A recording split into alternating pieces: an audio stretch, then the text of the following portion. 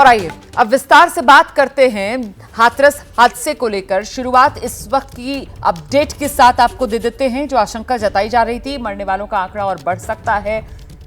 अब नया आंकड़ा सामने आया है। हाथरस हादसे में मरने वालों की संख्या बढ़कर 121 से 123 पर पहुंच गई है। ये इस वक्त की बड़ी खबर मैं आपको बता रही हूं। हाथरस कांड को लेकर इस वक्त की बड़ी खबर ये आ रही है। हाथरस में सत्संग में जो भगदड़ मची, उसकी चपेट में आकर मरने वालों का आंकड़ा और बढ़ गया है। अब मरने वालों की संख्या बढ़कर 123 पर पहुंच गई है। कल तक ये संख्या 121 थी, जिसमें ज्यादातर महिलाएं जिनकी मौत हुई है, और अब ये संख्या और बढ़ गई है। 123 लोगों की मौत की पुष्टि हो चुकी है, जिसमें ज्यादातर महिलाएं ही हैं।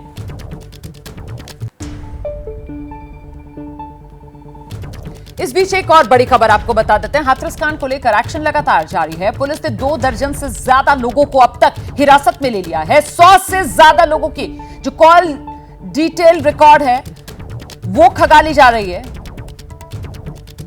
कई जिलों में दबिश दी जा रही है। यह इस वक्त की बड़ी खबर है। तो 2 दर्जन से ज्यादा लोग जिन्हें हिरासत में लिया गया है, जिनसे पूछताछ की जा रही है। 100 से ज्यादा लोग जिनकी जो कॉल रिकॉर्ड डिटेल्स हैं वो खंगाली जा रही हैं, और उसी के जरिए अब कहीं ना कहीं कड़ियां जोड़ने की तैयारी में जांच एजेंसी। कई जिलों में दबिश भी दी जा रही है। सीधे आपको लेकर चलते हैं। हमारे साथ हमारे सहयोगी संजय त्रिपाठी इस वक्त मौजूद है, और जरा जानते हैं संजय त्रिपाठी से ये जितनी जानकारियां सामने आ रही हैं कि साहब 2 दर्जन के आसपास लोगों को हिरासत में ले लिया गया है। 100 से ज्यादा लोग जिनकी जो कॉल रिकॉर्ड्स हैं उसकी डिटेल्स खंगाली जा रही है। कई जिलों में दबिश दी जा रही है।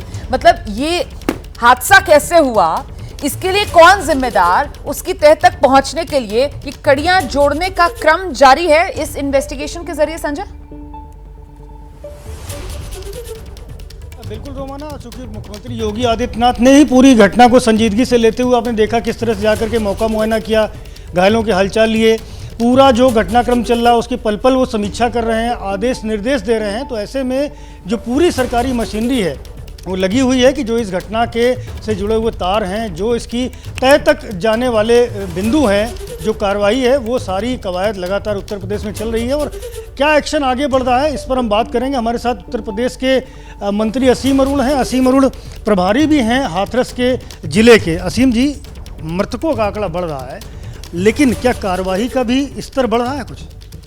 पहले 24 घंटे रेस्क्यू और रिलीफ के थे, जिसमें घायलों का सही उपचार हो इसका प्रबंध किया गया। जो मृतक हैं, जो शव हैं, उनको सही तरीके से पूरी संवेदनशीलता के साथ में हैंडल किया गया और घर घर तक पहुंचाया गया सरकारी वे पे, और अंत्येष्टियां संपन्न कराई गई। अब समय है जांच का। इस संबंध में 3 स्तर पे जांच के आदेश मुख्यमंत्री जी ने दिए हैं। एक न्यायिक आयोग का गठन किया जा रहा है। एडीजी जोन आगरा की अध्यक्षता में एक प्रशासनिक विषयों पे अनुसंधान के लिए एक टीम बनाई गई है, और एक एफआईआर दर्ज की गई थाना सिकंदराव पे, जिसको नॉर्मली एक सब इंस्पेक्टर या इंस्पेक्टर विवेचना करता, बट यहाँ पे एक डीएसपी को विवेचना दी गई है करने के लिए। ये स्पष्ट करना चाहूँगा कि जिसकी जितनी गलती है, वो चाहे आयोजक हो, चाहे वो प्रशासनिक अधिकारी हो, किसी की क्रिमिनल लायबिलिटी आपराधिक इसमें जिम्मेदारी बनेगी, किसी की प्रशासनिक जिम्मेदारी बनेगी। ये रिपोर्टें मुझे आशा है कि जल्दी ही प्राप्त होंगी। मुख्यमंत्री जी इस पर निर्णय लेंगे, लेकिन ये जरूर आश्वस्त करना चाहूँगा, मुख्यमंत्री जी ने स्वयं कल जाकर के इतनी बारिश के बावजूद वहाँ पे निरीक्षण घटनास्थल किया, घायलों से मिले, मृतक परिवारों से मिले, और साथ साथ मीडिया को ब्रीफ करके उन्होंने पूरी बात बताई और स्पष्ट किया कि हमें दोनों काम करने हैं। जो गलती है उनको दंडित करना है, और फ्यूचर के लिए, भविष्य के लिए एसओपी बनानी है कि ऐसी आयोजनों में हमारी प्रक्रियाएं बड़ी मजबूत होना चाहिए, ताकि दोबारा ऐसी घटना तो नहीं होगी। ऐसे जो भी आयोजन होंगे वहाँ पे सारी सुविधाएं और सुरक्षा चाक चौबंद होगी, आयोजक के द्वारा और सरकार के द्वारा। आप आश्वासन दे रहे हैं, लेकिन लोगों को इस बात का भी आश्वासन चाहिए कि जो जिम्मेदार थे इस घटना के, चाहे वो भोले बाबा हों या उनके जो सेवादार हैं या अन्य लोग हैं, उन पर कोई एक्शन भी होगा क्या? क्योंकि नहीं है। एफआईआर दर्ज की गई है जिस व्यक्ति ने परमिशन मांगी, उसके अलावा 70-80 अन्य जितने भी लोग उसमें हैं। तो एक बड़ी टीम है जो उस आयोजन को कर रही थी। मैं समझता हूँ एफआईआर लिखने की पद्धति ये ठीक है। इसका मतलब ये नहीं है कि केवल एक ही व्यक्ति के खिलाफ कार्रवाई होगी, क्योंकि एक व्यक्ति मुख्य आयोजक था।